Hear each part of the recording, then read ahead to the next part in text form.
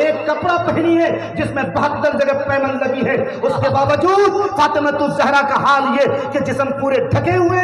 ایک بار کا واقعہ ہے کہ نبی علیہ السلام دروازے پر تشریف لے آتے ہیں، دروازہ کھٹکھٹاتے ہیں، فاطمہ الزہرا کی طرف سے جواب آتا من دخل الباب، دروازے پر کون ہے؟ نبی علیہ السلام فرماتے ہیں فاطمہ تمہارے ابو جان۔ جب نبی علیہ السلام نے فرمایا تب فاطمہ الزہرا نے فرمایا ابو جان پہلے آپ اپنی چادر دے دیں۔ جب چادر دی گئی اور فاطمہ الزہرا نے پوری طرح سے اپنے آپ کو کور کر لیا، اس کے بعد دروازہ کھولا، گویا امت کی بیٹیوں کو ایک پیغام دیا، ایک میسج دیا، ایک سندیش دیا کہ باپ سے بھی پردہ کیا جائے گا۔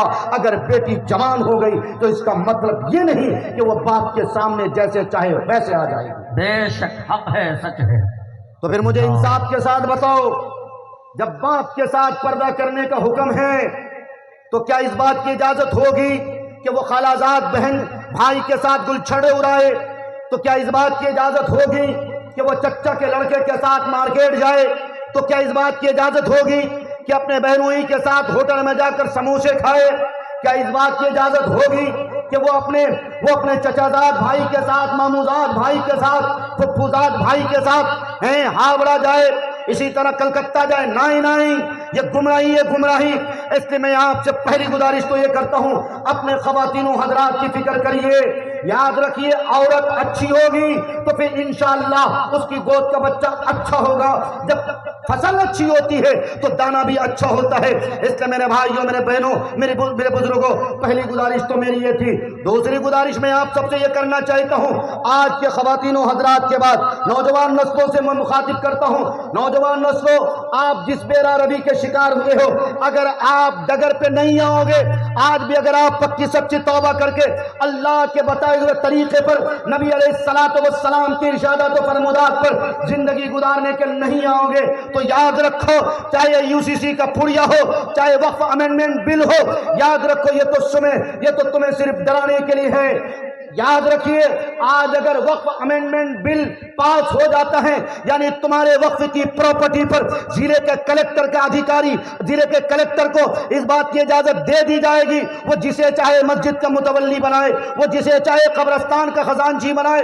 تم اپنے مرحومین کو لے کر، اپنے کندھے پر لے کر قبرستان کے دروازے تک پہنچ جاؤ گے، لیکن خدا نہ کرے اگر وقف امینڈمنٹ بل پاس ہو گیا تو تم اپنے مرحوم کو لے کر قبرستان کے دروازے تک پہنچ تو جاؤ گے لیکن اس قبرستان میں اپنے مرحومین کو دفن نہیں کر پاؤ گے۔ یہ کیونکہ آرٹیکل 15 اور آرٹیکل 26 اور 25 کے خلاف ہے، اور یہ قانون درساتا ہے کہ ہندوستان کے جتنے بھی وقف کی جائیدادیں ہیں اور وقف کی پراپرٹیاں ہیں، ان ساری وقف کی جائیداد اور وقف کی پراپرٹی پر قبضہ کس کا ہوگا؟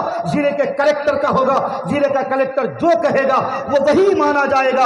اس کا میں آپ سب سے یہ گزارش کرنا چاہتا ہوں، پانی سر سے اوپر جا چکا ہے، آئیے غفلت کی چادر کو نکال پھینکیے۔ اے نوجوانوں، آپ سے کہتا ہوں، شراب کی دکانیں بند کرو، تم نے جو آوارہ گشتی کر رکھی ہے، آؤ آوارگی کو ختم کرو، اپنی آنکھوں کو پاک باز بناؤ اور حوصلے کے ساتھ اور یقین کے ساتھ اور اپنے آپ کو مضبوطی کے ساتھ، مستحکم ارادے کے ساتھ آؤ، ایک پلیٹ فارم پہ آنے کی ضرورت ہے۔ اللہ پر یقین کرتے ہوئے، اللہ کے کلمے کے لیے اپنے آپ کو تن من دھن کی بازی لگاتے ہوئے اس پر مر مٹنے کے لیے صحابہ جیسا جذبہ اور صحابہ جیسا یقین پیدا کرو۔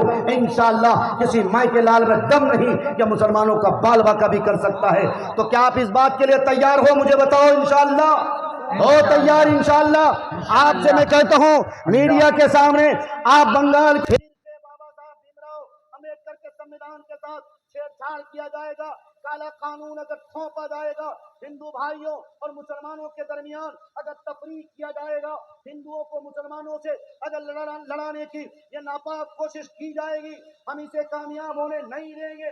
ہم ہندوستان کی گنگا جمنی تہذیب کو چھیننے نہیں دیں گے، ہم ہندوستان کے سبھیتا کو ختم ہونے نہیں دیں گے۔ یاد رکھو، اس ترنگے کے لیے، اس ہندوستان کے خوبصورتی کے لیے، ہندوستان کے ایکتا اکھنڈتا کے لیے ہمارے پرکھوں نے جس طرح سے گردنیں کٹائی تھی، ہم انہی کی اولاد ہیں۔ انشاءاللہ انشاءاللہ اگر یہ وطن، اگر یہ ملک ہم سے آزادی مانگے گا، ہم سے قربانی مانگے گا، انشاءاللہ ہم ہندو مسلمان مل کر پھر سے اس وطن کو آزاد کریں گے، لیکن ہندو مسلمان کے درمیان تفریق ہونے نہیں دیں گے انشاءاللہ۔ نہیں دو گے نا انشاءاللہ؟ انشاءاللہ۔ نعرے تکبیر، ملک بھارت زندہ باد، ملک بھارت زندہ باد۔ لیکن جانتے ہیں اب یہ کیسے سمبھو ہو سکتا ہے، یہ کیسے ممکن ہو سکتا ہے؟ یہ جبھی ممکن ہوگا جب آپ کے اخلاق اچھے ہوں گے، جب آپ کے کردار اچھے ہوں گے۔ میرا نوجوان اگر چلے تو سب دیکھ کر یہی کہے کہ یہ محمد الرسول اللہ کا غلام جا رہا ہے۔ اس کے چہرے کے بال سے لے کر پیر کے ناخن تک محمد الرسول اللہ کی غلامی جھلکنی چاہیے۔ ہندو بھائیوں کو لگنا چاہیے کہ مسلمان ایسا ہوتا جس طرح سے ہمارے نبی کے زمانے میں آپ علیہ الصلوۃ والسلام کے اعزازات، آپ علیہ الصلوۃ والسلام کو جو القاب ملے تھے، امین کا لقب کس نے دیا؟ صادق کا لقب کس نے دیا؟ بتاؤ مجھے، کیا ہم اپنوں نے دیا تھا؟ کیا ابو بکر صدیق نے یہ خطاب دیا تھا؟ کیا عمر فاروق نے یہ لقب دیا تھا؟ نہیں، غیروں نے یہ لقب دیا، غیروں نے یہ خطاب دیا۔ اس لیے میں اگر آپ سے کہتا ہوں، آپ بھی اگر اپنے آپ کو مسلمان کہتے ہو، آپ بھی اگر عشق رسول کا دم بھرتے ہو، آپ بھی اگر اپنے آپ کو غلام رسول کہتے ہو، آپ بھی اگر اپنے آپ کو عشق نبی کے دم بھرنے ہوئے زندگی گزارتے ہو، آپ کی سب سے پہلی اور سب سے بنیادی ضرورت یہی ہے، جہاں چلو، جیسے چلو، جدھر رہو، جہاں رہو، ہر حال میں تم اس بات کی کوشش کرو کہ قدم قدم پہ محمد الرسول اللہ کی غلامی جھلکنی چاہیے۔ آپ علیہ الصلوۃ والسلام نے ہمیں کس بات کی تعلیم دی؟ انسانیت کی تعلیم دی ہے، بھائی چارگی کی تعلیم دی ہے، امن و آشتی کی تعلیم دی ہے۔ ہم وہی امن کے مطابق، ہم وہی بھائی چارگی کے مطابق انشاءاللہ زندگی گزاریں گے۔ میرا پڑوسی اگر رام بسمل ہوگا، میرا پڑوسی اگر بھگت سنگھ ہوگا، ہم ان کے ساتھ وہی معاملہ کریں گے جس طرح جو معاملہ نبی علیہ الصلوۃ والسلام نے اپنے پڑوسی یہودی کے ساتھ کیا تھا، انشاءاللہ جس دن ہم وہی معاملہ کریں گے اور اخلاق کا وہی معیار اگر کھڑا کریں گے تو تم دیکھنا پھر سے انشاءاللہ اس ہندوستان میں خوبصورتی پیدا ہو کے رہے گی۔ بے شک حق ہے، ملک بھارت زندہ باد، ملک بھارت زندہ باد۔ رام سنگھ شبیر خان کہتے ہیں، رام سنگھ شبیر خان کہتے ہیں، دو بدن ایک جان کہتے ہیں، ہم جو بیٹھے ہیں آج مل جل کر، ارے اسی کو تو ہندوستان کہتے ہیں، اسی کو تو ہندوستان۔ بھائیو، میں آپ سب سے پہلی گزارش میں نے جو کی تھی آپ سے، اس میں سب سے بڑا رول، سب سے بڑا کردار خواتین و حضرات کا ہوگا۔ اور یہ خواتین و حضرات کا ماحول کیسے درست ہوگا؟ کیسے درست ہوگا جانتے ہیں آپ؟ ہم سے درست ہوگا۔ اور دوسری ذمہ داری میں نے کن کو دی ہے بتاؤ؟ آپ کو دی ہے، نوجوانوں کو میں نے دوسری ذمہ داری دی ہے۔ آپ سے میں یہ نہیں کہتا اپنے ہاتھوں میں تلوار نکال لو، نہیں، اس بات کی اجازت نہیں ہے، آپ کے سمویدھان نے نہیں دیے، آپ کے بڑے بھی آپ سے یہ نہیں کہتے، بلکہ آپ سے یہ تقاضا کیا جاتا ہے آپ 100% مسلمان ہو جاؤ۔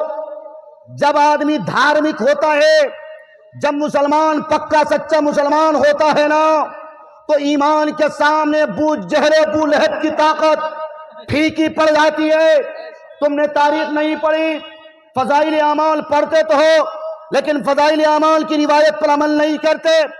ارے حضرت بلال حبشی رضی اللہ تعالیٰ عنہ کی تاریخ پڑھی ہے نا، کیسا مضبوط یقین، کیسا مضبوط ایمان، عشق رسول کا کرنٹ کس طرح دلوں میں لگا ہوا تھا، مجھے بتاؤ تو صحیح۔ بلال حبشی پر اتنا ظلم ہوا، لیکن مجال ہے کہ ایمان کی جو کرنٹ، ایمان کا جو کرنٹ ہے، عشق رسول کی جو چنگاری سینے میں موجود ہے، اسے کوئی چھین سکے مجال نہیں ہے۔ آپ کو بھی ایسا مسلمان بننا ہے۔ آپ اگر بزنس مین ہو تو آپ کی ذمہ داری کہ آپ جھوٹ نہ بولے، آپ فراڈ نہ کریں، آپ مکاری نہ کریں، آپ فریب نہ کریں۔ آج میرے سماج کا سب سے بڑا المیہ کیا ہے؟ میں خود ایک دکاندار ہوں، اگر کوئی دکاندار مسلمان ہوتا تو ہماری قوم خود اپنے بھائی کی دکان میں جا کے سودا خریدتا نہیں۔ غلط کہہ رہا کہ صحیح کہہ رہا؟ آپ کے یہاں ایسا ہوتا کہ نہیں ہوتا؟ میرے یہاں تو ایسا ہوتا ہے۔ کچھ لوگ کہتے ہیں کہ صاحب ان کے یہاں چیزیں مہنگی ملتی، کچھ لوگ کہتے ہیں صاحب وہ اٹپٹا قیمت مانگتا، یہی نہیں کہتے ہیں؟ میرے بھائیوں، میں آپ سے یہ کہنا چاہتا ہوں، قیمت چاہے میرا بھائی تھوڑی زیادہ لے لے، لیکن کوشش یہ کرو اپنے بھائیوں کے پاس سامان خریدیں۔ میں یہ بھی نہیں کہتا کہ غیر مسلموں کا بائیکاٹ کرو، نہیں، آپ بائیکاٹ نہیں کر سکتے بائیکاٹ۔ ہندوستان کی جنگا جمنی تہذیب یہی ہے، لیکن یہ ضرور کہتا ہوں، اگر آپ بزنس مین ہو تو بزنس کے وصول کو پڑھنا آپ کی ذمہ داری ہے۔ حضرات صحابہ کرام نے جس طرح کی تجارت کری تھی، حضرت ابوبکر صدیق کے بارے میں ایک روایت آتی کہ جب گجرات کی سرزمین پہ آپ تجارت کر رہے تھے، ایک بار کپڑا بیچ رہے تھے، ایک شخص آپ کے پاس کپڑا خرید کے لے جاتا ہے، جو کپڑا آپ بیچ رہے تھے فرض کرو کہ 300 میٹر کا وہ کپڑا تھا، لیکن ایک بندہ نے جو کپڑا خریدا اس کپڑے کا ایک دھاگا نکلا ہوا تھا، وہ بندے کے پاس بھی حضرت ابوبکر صدیق نے وہی قیمت لے لی۔ جب وہ بندہ گھر پہنچا تو دیکھتا کیا ہے کہ میرے کپڑے سے ایک دھاگا نکلا ہوا ہے، یعنی 20 سے دھاگا نکلا ہوا ہے۔ حضرت ابوبکر صدیق رضی اللہ تعالیٰ عنہ کو احساس ہوا کہ اس تھان میں ایک جگہ ایسی بھی تھی جہاں ایک دھاگا نکلا ہوا تھا۔ میں آپ سے بتانا یہ چاہتا ہوں، حضرت ابوبکر صدیق رضی اللہ تعالیٰ عنہ اس شخص کے تلاش میں نکل گئے، معلوم کرتے کرتے ان کے گھر تک پہنچے اور ان سے کہا کہ مجھ سے غلطی ہوئی، میں یہ کپڑا 300 روپے میٹر بیچ رہا تھا اور آپ سے بھی میں نے وہی قیمت لی، جبکہ آپ کے کپڑے میں تھوڑا عیب تھا۔ جب کسی چیز میں عیب ہو جائے تو اس کی قیمت گھٹ جاتی ہے۔ میرے بھائیوں، میرے بزرگوں، اتنا کہنا تھا، جس شخص نے کپڑا خریدا تھا وہ شخص ایک پادری تھا، وہ شخص آپ کے قدموں میں گر جاتا اور اسی وقت لا الہ الا اللہ محمد رسول اللہ کا کلمہ پڑھ لگتا صلی اللہ علیہ وسلم۔ اللہ لیکن آج کا مسلمان کتنا بڑا بے ایمان ہے، کتنا بڑا جھٹا، کتنا بڑا بے ایمان ہے، بتاؤ۔ آنکھ بند ڈبہ غائب کرتا ہے، ان کو ادھر دو سے چن چن کے کلکتہ جا کے دیکھو، ادھر سے کیسے سڑا والا گھسیڑ دیتا پتہ ہی نہیں چلتا۔ کوئی سمجھتا ہے کہ سب سے بڑا چالاک ہم ہی ہیں، تم سے بڑا الو کا پٹھا کوئی نہیں ہے۔ وَيْلٌ لِّلْمُطَفِّفِينَ الَّذِينَ إِذَا اكْتَالُوا عَلَى النَّاسِ يَسْتَوْفُونَ۔ قیامت کے کٹ گھڑے کو یاد کرو، جب اللہ تمہارے اعمال کو ناپے گا تو جس طرح تم نے ڈنڈی ماری ہے ویسے ہی تمہارے اعمال میں بھی ڈنڈی ماری جائے گی۔ اس لیے میرے بھائیوں، میرے بزرگوں، آپ سے میں گزارش یہ کرتا ہوں، اچھے بزنس مین بنو، اچھے بزنس مین بنو۔ اور نوجوانوں سے پھر ایک گزارش کرتا ہوں، ہماری نوجوان نسلوں میں ایک بیماری اور بھی بہت بڑی ہے۔ وہ بیماری کیا جانتے ہیں آپ؟ نشے کی لت ہماری نوجوان نسلوں میں بہت زیادہ ہے، اور ہمیں جو خبر ملی تو بنگال میں زیادہ ہے، چونکہ بنگال میں تو شراب پر پابندی بھی نہیں۔ ہمارے یہاں بہار میں تو شراب پیو گے فوراً پولیس والے اٹھا لے جائیں، اور میرا گھر چونکہ بنگال کے بارڈر پہ ہے، لوگ چرا چرا کے بنگال سے شراب لے جاتے ہیں، اور جتنے جھٹا بے ایمان پکڑا جاتا ہے سب چٹا مسلمان ہوتا ہے۔ یہ اپنے آپ کو کہتا مسلمان ہے۔ یاد رکھیے، اگر کوئی شرابی ہے اور وہ یہ سمجھتا کہ میں حالت ایمان میں ہوں، یہ اس کی غلط فہمی ہے۔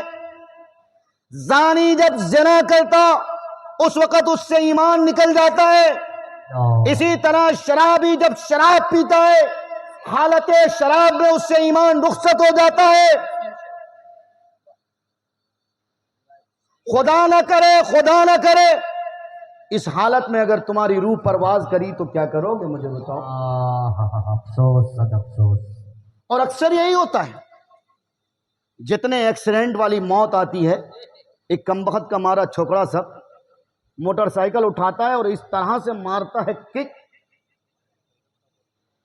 سوچتا ہے کہ ایک کے بار میں ہم ڈائریکٹ کھڑگپورے پہنچ جائیں۔ کلکتہ ہے۔ ماں کو اور باپ کو چہرہ دکھا کے جاتا ہے، لیکن ان کی ڈیڈ باڈی جب آتی ہے تو ان کے چھتڑے اڑ جاتے ہیں۔ نہیں ہوتا ہے ایسا؟ ماں باپ کے تمناؤں پہ پانی پھیرنے والے نوجوانوں، اس طرح سے کتے کی موت مرنے والے نوجوانوں، تم جب حادثات کے موت کے شکار ہوتے ہو تمہیں کلمہ تک نصیب نہیں ہوتا. اور خاص کر ہمارے سماج میں ایک بیماری، یہ بہت بڑی بیماری ہے. وہ بیماری کون سی وہ بھی میں بتا دوں. چاہے شادی شدہ ہو یا غیر شادی شدہ ہو، جب آپ ناپاک ہوں تو ناپاکی کی حالت میں خدا کے واسطے گاڑی نہ چلائیں. سمجھ رہے ہیں آپ؟ اس لیے کہ جب آدمی ناپاک ہوتا ہے تو اس کے پاس فرشتہ بھی نہیں ہوتا. بات سمجھ رہے ہیں آپ؟ ناپاکی کی حالت میں کم از کم کوشش کرو کہ ہم گاڑی پر سوار نہ ہوں، کیونکہ کسی نے دیکھا نہیں کہ ہماری موت کب آنی ہے. یہ کسی کو معلوم ہے؟ آپ میں سے کوئی بتا سکتا ہے؟ کیا محاسبہ پیش کیا؟ نہیں آ سکتی ہے میرے بھائیوں. اس لیے نوجوانوں میں آپ سب سے کہتا ہوں، نشے سے اپنے سماج کو پاک کریے. جو سماج نشہ والا سماج ہوگا وہ سماج ڈیولپ نہیں کر سکتا، وہ سوسائٹی ترقی نہیں کر سکتی ہے. ہماری نوجوان نسلوں کے چہرے کو دیکھو، ادھر گال دھسا ہوا ہوتا ہے، ایسا لگتا ہے پکسجھا نوجوان ہے. بیگن دیکھا ہم نے؟ بیگن بن موسم کے بیگن دیکھو، ایک آدھ جو کھیت میں چھوٹ جائے کس طرح سے دھوپ میں جل کر کے یوں ایسے ہو جاتا ہے. ویسے ہی ہمارے نوجوانوں کو چہرہ ہے جس کو ہم لوگ اپنے یہاں بہار میں بولتے ہیں پکسجھا. ایسے ہی چہرہ ان کو لٹک رہا ہوتا ہے. یہ جانتے ہو کس چیز کی علامت ہے؟ یہ نشہ کر کر کے اپنی جوانی کو اس نے ختم کر رکھا ہے. بھانگ پیتا ہے، افیون، چرس اور پتہ نہیں کون سی بیماری اور کون سے نشے میں یہ لت پت ہے. یہی وجہ کہ وہ باپ کی بھی عزت نہیں کر پاتا، ماں کی بھی عزت نہیں کر پاتا، بڑے بھائیوں کو بھی دھکے مارتا. یہ سوسائٹی کبھی ترقی نہیں کر سکتی. تو مجھے بتاؤ، آپ کو ترقی کرنا ہے نا؟ انشاءاللہ انشاءاللہ پورا مجمع تیار ہے. بنگال وعدہ کرو انشاءاللہ. انشاءاللہ. تو پہلی گزارش میری یہی ہے، اپنے خواتین و حضرات کو پردے کے ماحول میں لانا ہے. دوسری گزارش نوجوانوں آپ سے میں نے کی تھی، اپنے آپ کو بہتر نوجوان بنانا ہے. نبی علیہ السلام کی سچی پکی غلامی اختیار کرنی ہے. نشے سے اپنے سماج کو پاک کرنا ہے. اور تیسری اور چوتھی بڑی بیماری یہ ہے کہ ہمارے سماج میں بغیر بلیٹوا کی اور بغیر چچکیا کے شادی ہوبے نہیں کرتی ہے. اچھا ہے موضوع اچھا ہے. تلک جہیز آپ کے یہاں ہوتا ہے کہ نہیں ہوتا ہے؟ اور شادی کے نام پہ جو فضول خرچی ہوتی ہے، اللہ اللہ خیر. ہندو بھائیوں میں ایک بڑی اچھی سوسائٹی ہے، میں اسے بہت اچھی کہتا، RSS. آپ جانتے ہیں؟ یہ ایک ایسی سوسائٹی ہے جس سوسائٹی سے میں نے بہت کچھ پڑھ کے سیکھا ہے. RSS کے چیف موہن بھاگوت جی ایک کتاب ایک جگہ بیان کر رہے تھے، ان کا جو کتھا ہوتا ہے، تو میں نے سنا وہ اپنے ہندو بھائیوں سے کہہ رہے تھے کہ دیکھو بیٹی جب تم شادی کرو تو بیٹے کی شادی میں کم سے کم خرچہ کیا کرو. اور پھر انہوں نے مثال کے طور پہ ایک ادھارن دیا، اور وہ ادھارن کسی ایک RSS کے بڑے لوگوں کے حوالے سے دیا کہ ایک بندہ تھا جس کے پاس ارب پتی کھرب پتی وہ بندہ تھا، لیکن جب اس نے اپنی بیٹی اور بیٹے کی شادی کرائی تو بہت چھوٹے سے رقم کی لاگت میں شادی کرا دی. اسے کہا کہ کیوں ایسا کرا؟ کہا کہ ہماری قوم بہت جاہل ہے، ہماری قوم کے پاس ہاسپٹل نہیں، ہماری قوم کے پاس مدرسہ نہیں، ہماری قوم کے پاس کوئی اچھا اسکول نہیں، کوئی ڈھنگ کا کالج نہیں. تو ہم چاہتے ہیں کہ اپنی قوم کو ترقی کے راستے پر لے جائیں، اس لیے شادی میں کم خرچہ کرے اور شادی والا پیسہ بچا کر کوئی ایک اچھا سا ہاسپٹل قائم کرے. یہ سوچ کس کی ہے؟ ایک RSS کے موہن بھاگوت جی کی سوچ ہے. اور یہ سوچ ان کو دی کس نے ہے؟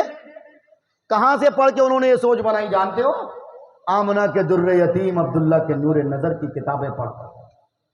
جی، کائنات کے سردار حضرت محمد مصطفیٰ صلی اللہ علیہ وسلم نے فرمایا وہ شادی سب سے بابرکت شادی ہے، وہ نکاح سب سے بابرکت نکاح ہے جس میں سب سے کم خرچ کیا جاتا ہو، جس میں جتنی سادگی کا خیال رکھا جائے وہ شادی اور وہ نکاح اتنا ہی بابرکت ہوا کرتا ہے. بے شک. لیکن ہماری شادی میں کتنا خرچہ ہوتا ہے صاحب؟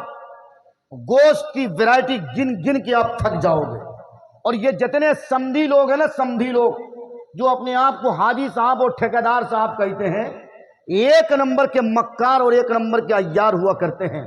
بیٹے کی طرف سے سب سے بڑا بھکمنگا اور سب سے بڑا فقیر اگر اس سماج کا کوئی ہے تو سمدھی صاحب ہے۔ ایک سمدھی جب دوسرے سمدھی سے اپنی اصطلاح اور اپنے لینگویج اور اپنے سوسائٹی کی زبان پہ بولتا ہے اور بات کرتا ہے تو سننے والا اللہ اکبر وہ حیران و ششدر ہو جاتا کہ ان کا یہ کون سا ٹاپک ہے، ان کا یہ کون سا اپنی ان کی کون سی اصطلاح ہے، کون سا ان کا اپنی ایک لاجک ہے ان کے پاس۔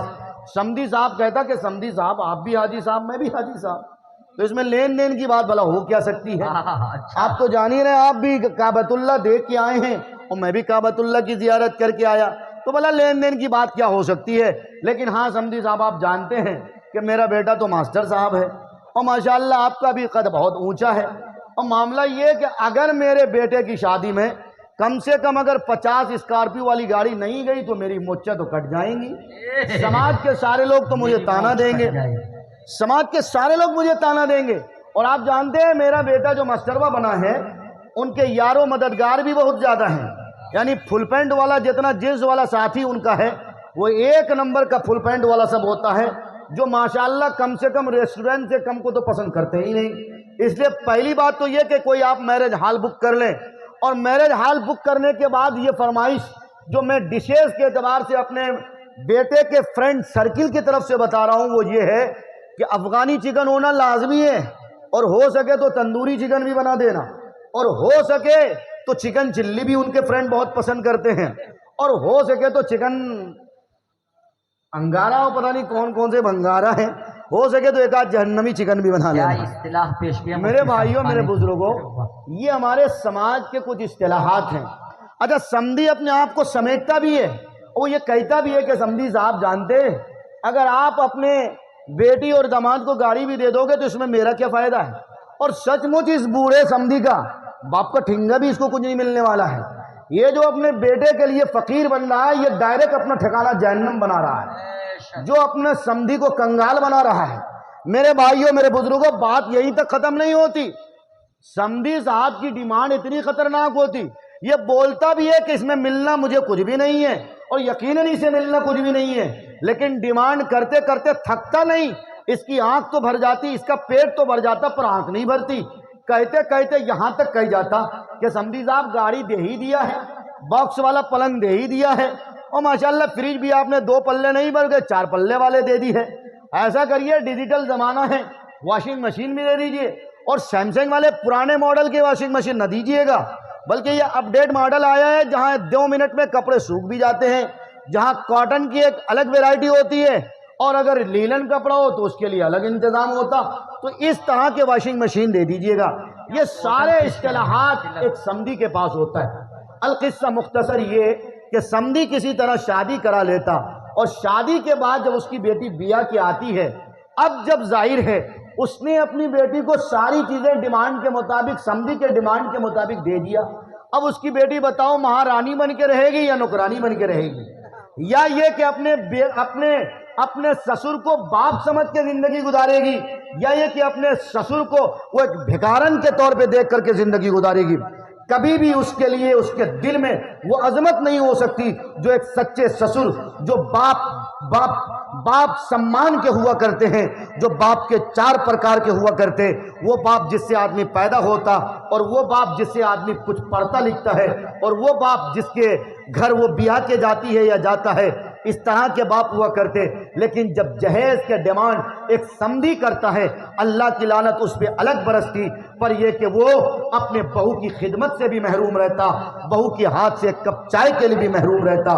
میں نے اپنے سماج میں بہت سے ایسے لوگوں کو دیکھا ہے۔ اس لیے میرے بھائیوں میرے بزرگوں، نبی علیہ السلام نے فرمایا تھا کچھ لوگ ایسے ہوں گے جو دوسروں کی زندگیاں بنا رہے ہوں گے پر اپنی آخرت میں کلہاڑی مار رہے ہوں گے۔ مجھے لگتا ہے یہ وہی لوگ ہیں جو اپنے بیٹے کے لیے اپنے آپ کو فقیر بنا دیتے ہیں، اپنے آپ کو بھکاری بنا دیتے ہیں، کھانے کے مینو پیش کر دیتے ہیں، جہیز کے لیے طرح طرح کے مکاری اور عیاری کے جال بچھا کر ہر طرح کے ہتھ کنڈے اختیار کر کے لڑکی والے سے ساری کی ساری چیزیں وصول بھی